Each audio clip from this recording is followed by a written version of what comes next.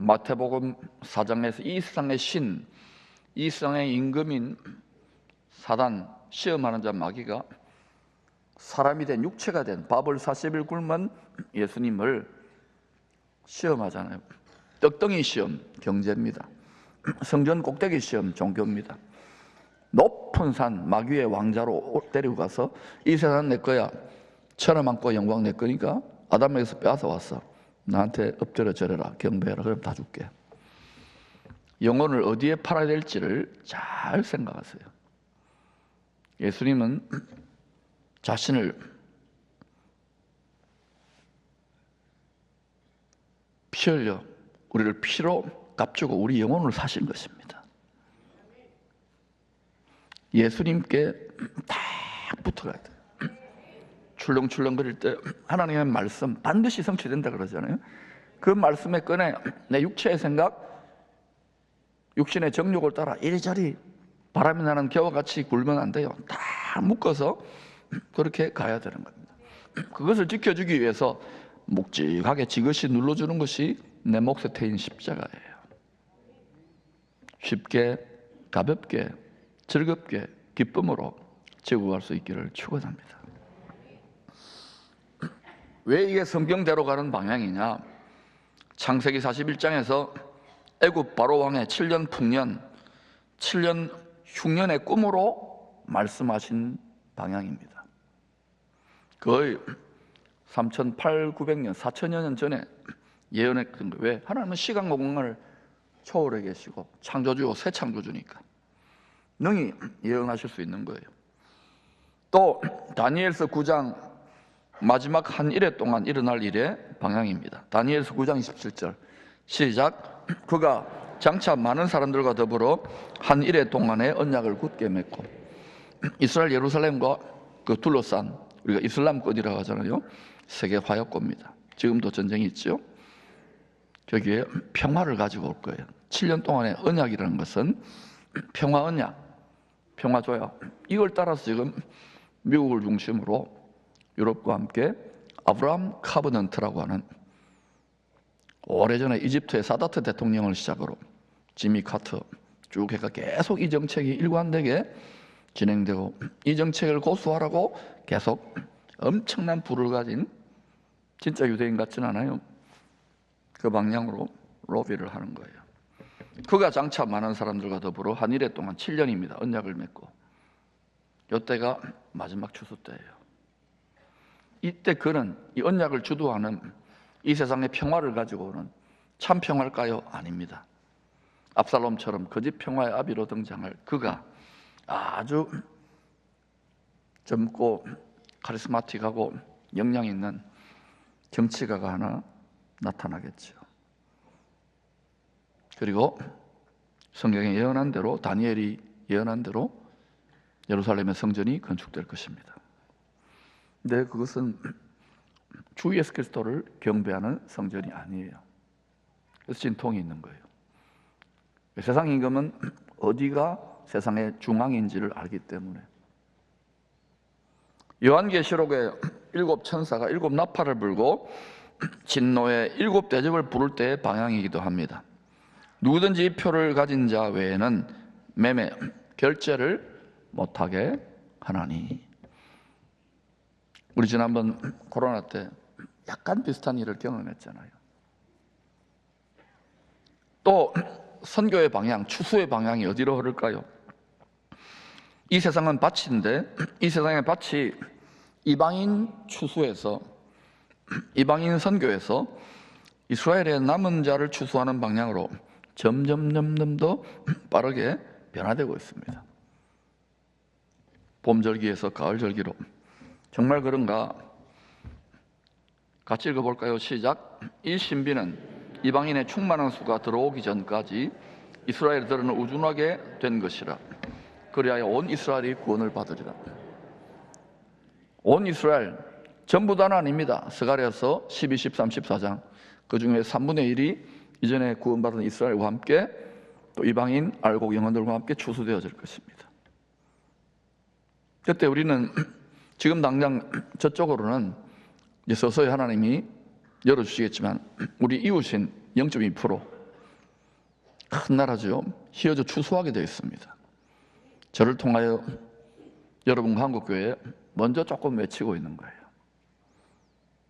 하나님이 기회의 문을 더 크게 열어주시기를 큰 믿음으로 간절히 구할 수 있기를 축원합니다. 창세기 37장 이후에 구원 드라마의 주인공은 요셉입니다. 자기 형제 이스라엘에 의해서 이방인에게 팔린 요셉은 초림 메시아의 예표입니다.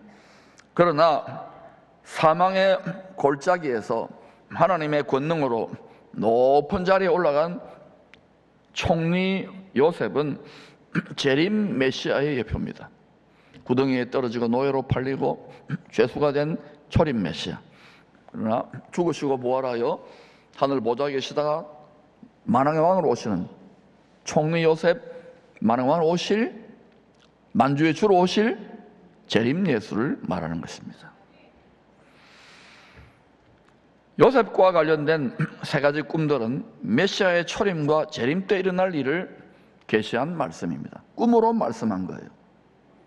하늘의 비밀, 하나님이 이 세상을 어떻게 경영하고 심판하고 구원할 것인지를 나타내는 꿈이에요. 첫 번째 꿈, 창세기 37장이죠. 밭에서 추수하는 꿈과 해와 달과 별들의 꿈입니다. 밭은 이 세상을 말해요. 추수해요. 지금 우리는 하나님은 추수한다고요. 하나님을 닮은 거룩하게 구별된 알곡 열매들, 말씀에 순종하는 사람들을, 그 영혼을 추수하는 거예요. 또 해달 별들은 뭐냐? 창조의 넷째 날 해와 달과 별들 조명을 만들어 놓고 초림 메시아, 재림 메시아를 통하여 어떻게 세상을 추수할 것인가? 농사절기, 사람 구원 농사절기를 시간표에 시간표. 둘 다 초림과 재림의 구세주께 경배하는 꿈입니다. 누가? 구원받은 알곡들이 다 당신이 구세주가 맞네요. 이걸 경배하는 꿈이에요. 지금은 그래도 살만하니까 사람들이요 전심으로, 심지어 믿는 자들도 전심전력하여 주님을 마음을 다해 생명을 다해 엎드려 절하고 예배드리고 경배하지 않아요. 점점 물질적으로 풍성해지니까 안간힘을 쓰고 훈련시키고 하지만은 주중 예배나 새벽 예배나 뭐 다, 그리고 선교는 더더욱 안 해요. 복음은 해야 된다고 외치는데 아니 잘 돌아가는데 뭐. 이때와 시기를 잘 분별하시기를 축원합니다. 말씀으로 방향을 알아야 돼요. 말씀으로 시세를 알아야 돼요. 그럼 먼저 준비할 수 있는 거예요. 당장은 아니지만 10년, 20년, 30년, 40년 분명히 세상이 돌아가는 걸 보면 굉장히 빠른 속도로 변화되고 있잖아요.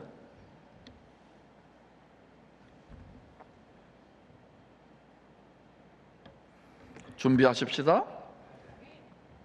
두 번째, 창세기 40장 두 관원장의 꿈입니다. 하나는 떡 굽는 관원장, 하나는 술 맡은 관원장. 당시 애굽 최강의 바로 황제, 만왕의 왕 아닙니까? 분봉왕을 10,000명을 세울 수 있는 권력자 최측근 둘 장관들입니다. 장관 둘이 요셉이 갇혀있는 감옥에 있는 거예요. 요셉은 거기에서 하버드나 예일대 정치경제 국제경제 정치대학원에서 배울 수 없는 걸 다 듣는 거예요. 총리훈련을 했던 것입니다. 하나님이 자기 사람을 훈련시키는 방식은 완전히 달라요. 때로는 실패와 세상 사람들 보기에는 어둠과 외로움과 광야의 골짜기에서 훈련시키는 거예요. 요셉은 꿈에도 총리 될 걸 생각도 못했죠. 하나님이 다 보고 계실까요? 때로는 그래서 실패나 불시험과 고통도 하나님은 사용하시는 것입니다. 떡 굽는 관원장, 나무에 달려 죽게 될 꿈을 꿨어요. 나무에 달려. 또 누가 나무에 달렸지요? 누가요? 초림 메시아에 대한 계시입니다. 나무에 달려 누룩 없는 떡으로 자신을 들이신 분이 초림 메시아. 그래서 지금 우리가 영생 주시는 생명의 떡, 복음의 떡을 지금 먹고 있는 거예요. 말씀이 떡입니다. 일용할 양식으로 부지런히 먹어야 됩니다. 이제는 종교적으로 뭐 일주일에 한 번 정도 설교 듣는 것으로 내 뭐 어느 정도 영혼의 양식 채웠다, 마음의 평안 좀 얻는다, 이런 나이브하고 순진하고 어린아이 같은 신앙생활을 청산해야 된다고요.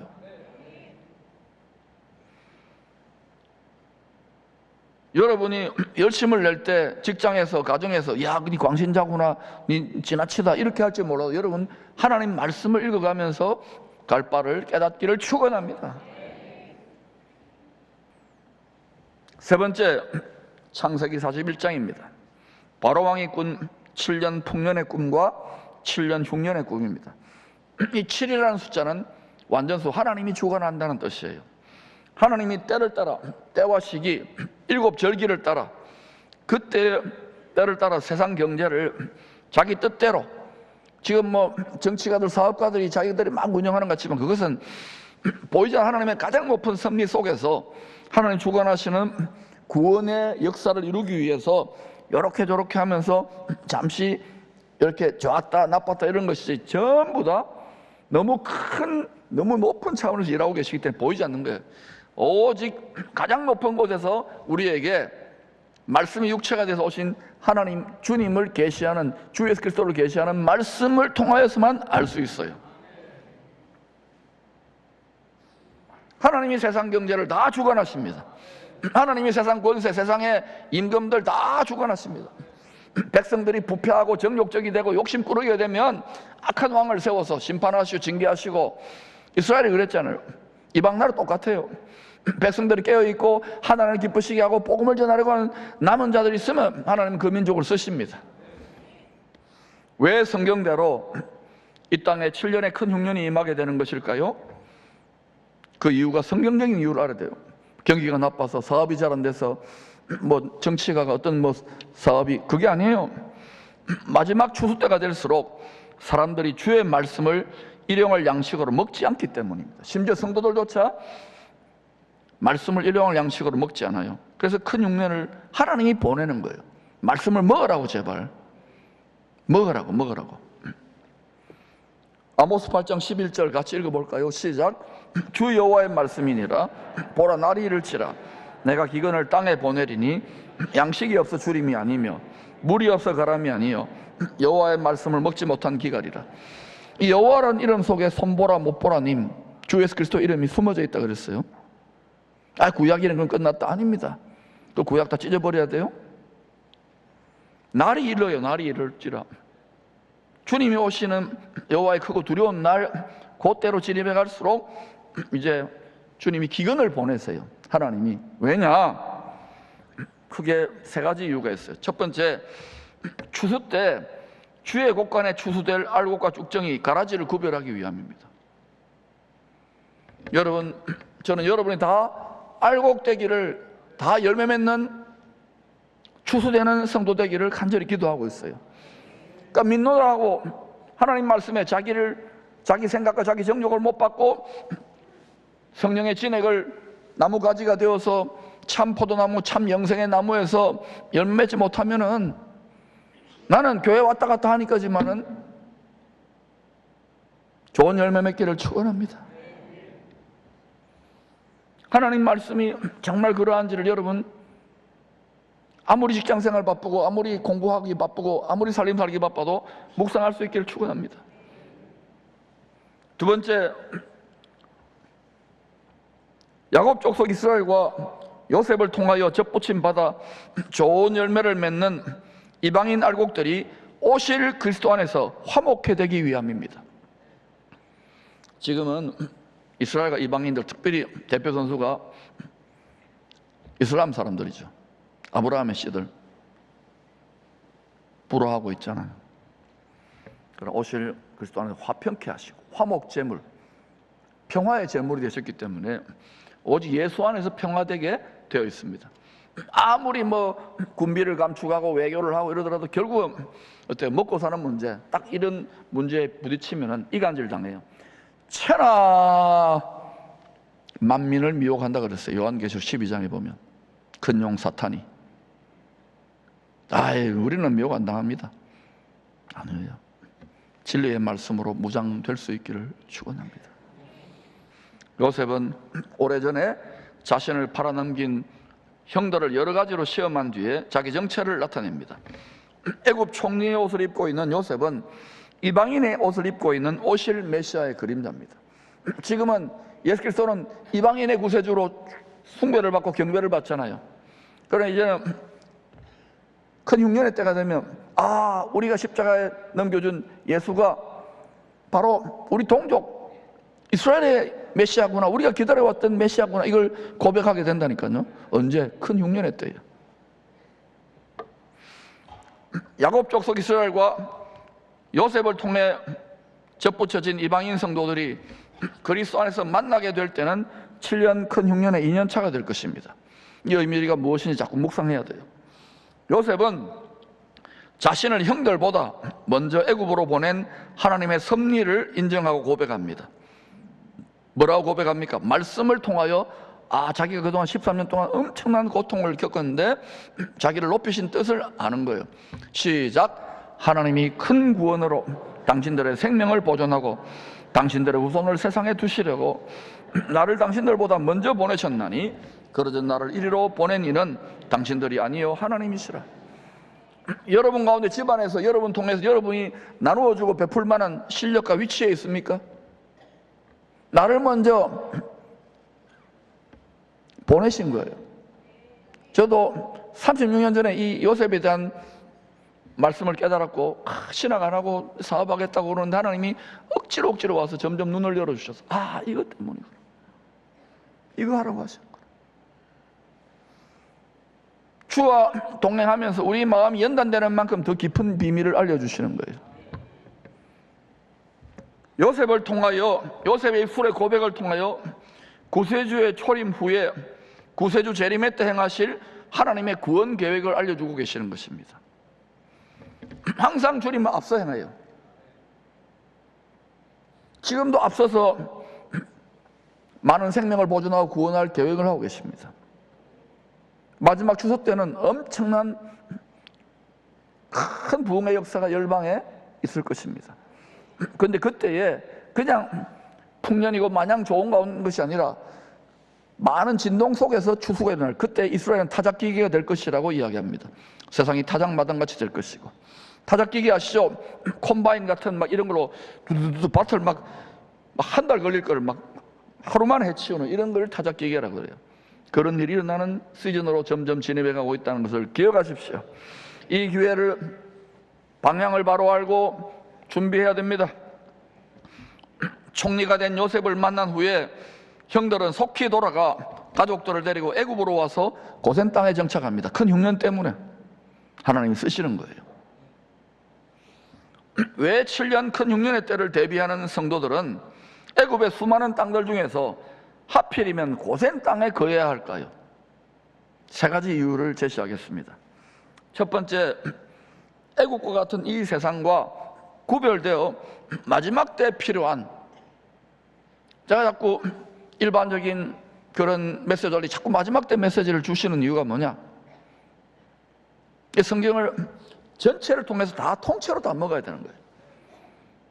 저주로 죽으로만 먹으면 안 돼요. 딱딱한 걸 먹어야 돼요.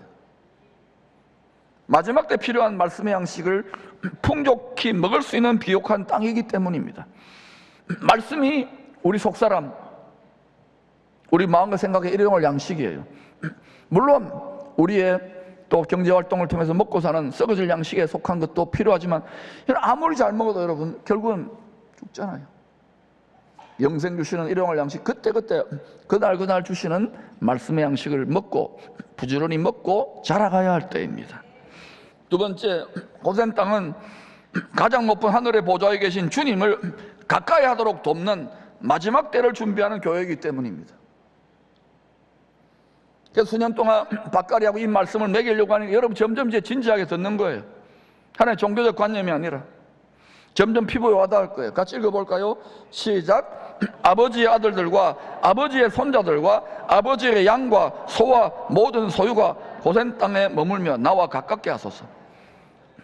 3세대뿐만 아니라 할아버지, 부모, 자녀들뿐만 아니라 손주들뿐만 아니라 소유, 재산을 말한 거예요. 양과 소와 모든 소유가 비즈니스를 말한 거예요. 고센 땅에 머물며 나와 가깝게 주님과 가까이 해야 돼요. 여러분의 자녀를 키우는 목적, 공부와 진로와 시집장가 보내고 사업하고 인생의 건강관리하고 모든 목표가 주를 가깝게 하는 데에 정렬되시기를 축원합니다. 그러지 않으면 여러분 자꾸 뭐 이 사람 저 사람 만나고 이것저것 공부해서 만나지만 계속 공부할 거예요. 왜? 그 사람들 헤매는데. 방향을 바로 알고 주님께 더 가까이 하는 한 해가 될 수 있기를 축원합니다. 샘물, 시냇물, 우물은 다 생수의 근원이신, 만복의 근원이신, 공급의 근원이신 주님에 대한 비유입니다. 샘 곁에 심은 무성한 가지, 샘 곁에 심어졌다는 것은 요셉이 뭡니까? 주님을 가까이 했다는 거예요. 아마 당시에 만복 근원이신 예수님을, 하나님을 가장 가까이 했던 사람이 요셉입니다. 자기 형들이나 야곱보다 더 가까이 했어요. 그게 샘 곁에 심은 열매 맺는 무성한 가지 요셉처럼 우리들도 말씀을 통하여 주님을 늘 가까이 하기를 힘쓰는 그런 성도들이 되어야 됩니다. 올해 그런 원년이 되기를 축원합니다. 그리하면 풍년의 때나, 지금은 좀 그래도 여유 있잖아요. 풍년의 때나 또 앞으로 흉년의 때나 엎치락뒤치락 계속 할 겁니다. 그 나중에는 어때요? 7년에 큰 흉년, 그때는 바로에게, 그때는 짐승에게, 그때는 적그리스도에게, 그때는 느부갓네살에게 엎드려 절해야지만이 먹고 사는 시스템 때에 어떻게 하겠습니까? 그래서 여러분, 우리는 지금 고센 땅을 예비하고 주님을 더 가까이 하기 위해 서로 격려하며 용기를 주며 힘을 내야 됩니다. 사단이 근데 불화살을 쏘고 시험을 주고 우리 육의 정욕과 육신의 생각으로 막 이간질하고 막 이러지만 그래도 그걸 이기고 전진해야 되는 것입니다. 하나님 말씀에 근거하여 여러분 인생과 가정과 사업과 자녀들이 정렬될 수 있기를 축원합니다. 시편 1편 2절 3절도 같은 약속을 주고 있는 거예요. 같이 읽어볼까요? 시편 1편 2절 3절 시작. 오직 여호와 율법을 즐거워하여 그의 율법을 주야로 묵상하는도다. 그런 시냇가에 심은 나무가 철을 따라 열매를 맺으며 그 잎사귀가 마르지 아니함 같으니 그가 하는 모든 일이 다 형통하리로다. 모든 일이 다 형통하려면은 어렵고 시험이 있더라도 결국은 형통하는 하나님의 뜻이 이루어지기 때문에 샘 곁에 시냇가에 주님 가까이 고센 땅에 머물기를 힘쓰시기를 축원합니다. 세 번째는 고센 땅은 전능하신 주의 보호와 부족함이 없는 공급을 받을 수 있는 환난날의 피난처이기 때문입니다. 앞으로 기쁨의 교회가 지난 포항 지진 때 그 역할을 했던 것처럼 앞으로 올 한 해 많은 주님을 가까이 함으로 많은 축복과 능력을 받아서 이 역할을 이 도시만이 아니고 대한민국만이 일본과 열방을 축복할 수 있는 하나님 나라의 축복자들이 고센 땅에 가는 자들이 많이 나기를 축원합니다. 핵심은 뭐냐? 요셉의 성품이에요. 원수를 용납하는 거예요. 화평케 하는 거예요. 이게 안 되고 막 입술로 막 이렇게 저주하고 비난하면 안 돼요. 힘들지요. 그러나 그때 찬양하세요. 찬양의 제물을 올려드리시고 포용하세요. 기다리세요. 인내하세요. 그러면은 하나님이 내 닮았구나 하고 그 통로로 쓰시는 것입니다.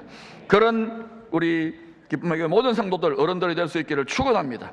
창세기 45장 11절 읽겠습니다. 시작. 흉년이 아직 5해가 있으니 내가 거기서 아버지를 복양하리이다. 아버지와 아버지의 가족과 아버지께 속한 모든 사람에게 부족함이 없도록 하겠나이다 하더라고 전하소서. 부족함이 없도록 하겠나이다. 부족함이 없도록 하겠나이다. 부족함이 없도록 하겠나이다. 부족함이 없도록 하겠나이다. 부족함이 없도록 하겠나이다. 누가 공급자인지를 분명히 하십시오. 이 세상에 거짓 풍요신, 바알신, 세력의 신, 권력의 신, 물질의 신, 만몬신에게 엎드려 절하지 마시고 겸하여 섬기지 마시고 오직 주님을 가까이 하기에 높은 산까지 올라가 주의 말씀으로 접붙여 주시기를 축원합니다. 먼저 하나님의 나라와 의를 구할 때에 우리의 모든 쓸 것을 다 하십니다. 여러분의 가정, 자녀, 건강, 교회 필요, 이민족과 도시의 필요 하나님이 채워주실 줄로 믿습니다. 약속하셨기 때문입니다. 온 가족이 다 함께 말씀의 방향에 정렬되어 올 한 해 고센 땅에 거하는 성도의 복을 받는 원년이 다 되시기를 축원합니다.